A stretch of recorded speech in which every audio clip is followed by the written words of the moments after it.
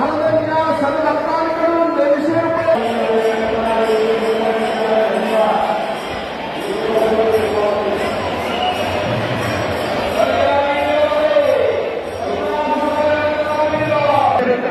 कार्यक्रम चालू आहे.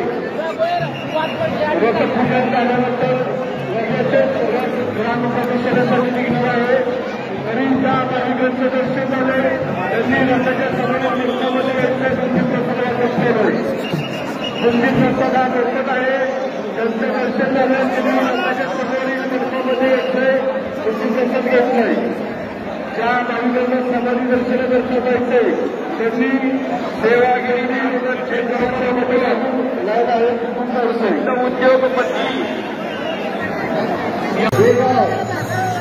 बेळगाव यांच्यावर आनंदाचे निष्पन्न होते. मंगेश अशोक महाडिक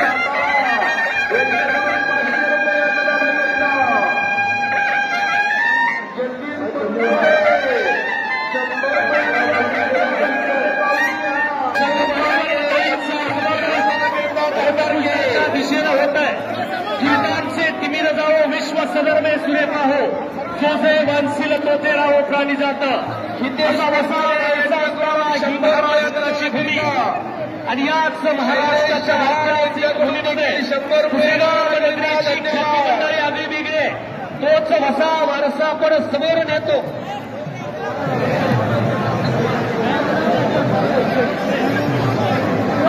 सर्व मान्यवर मंडळींचं आगमन सार्वजनिक बांधकाम मंत्री छत्रपती शिवेंद्रराजे भोसले, ग्रामविकास मंत्री मान खटावचे आमदार आदरणीय जयकुमार गोरेभाऊ, सातारा लोकसभेचे खासदार छत्रपती उदयनराजे भोसले साहेब, माजी जलसंपदा मंत्री आदरणीय शशिकांतजी शिंदे साहेब, कृष्णा खोऱ्याचे उपाध्यक्ष आणि सातारा कोरेगाव खटाव विधानसभा मतदारसंघाचे लाडके आमदार आदरणीय महेशजी शिंदे या सर्वच मान्यवर मंडळींचं आगमन.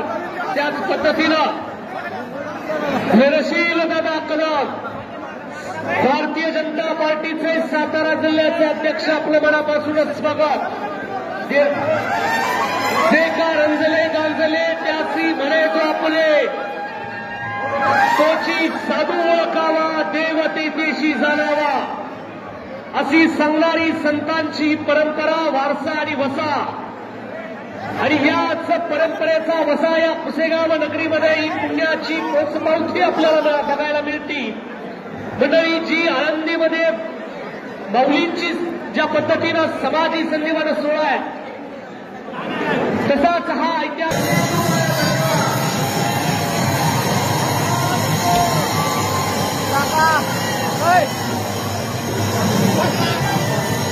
त्यामध्ये बुंदीच्या प्रसादाचे मोफत वाटप चालू आहे. रेल घुसे यांच्याकडून अन्नदानासाठी 100 रुपये. धन्यवाद.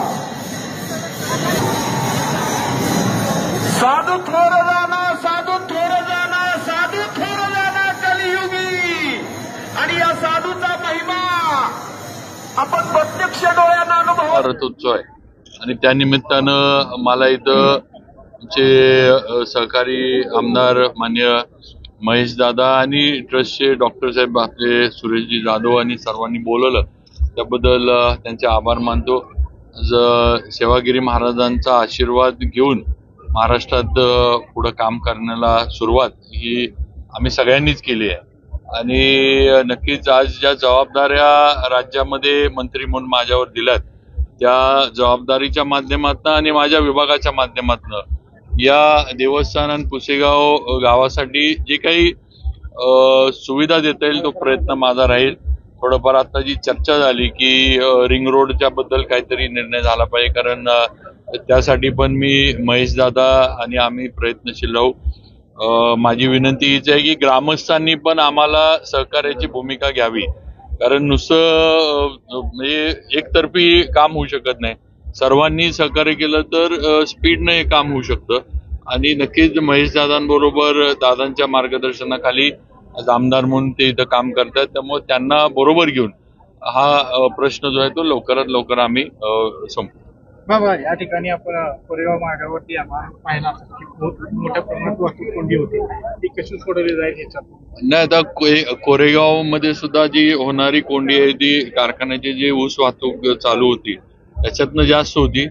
त्याच्यासाठी पण काही मार्ग म्हणजे योग्य काय पर्याय काढता येतात का, त्याच्यासाठी काही वेगळे उपाय करता येतात का, हा आम्ही थोडंफार अभ्यास करून त्यावर नक्की निर्णय घेऊ. कारण कालच मला वाटतं एक बातमी होती की ते ऊसाच्या वाहतुकीमुळं मुलीचा काहीतरी ऍक्सिडेंटमध्ये मृत्यू झाला.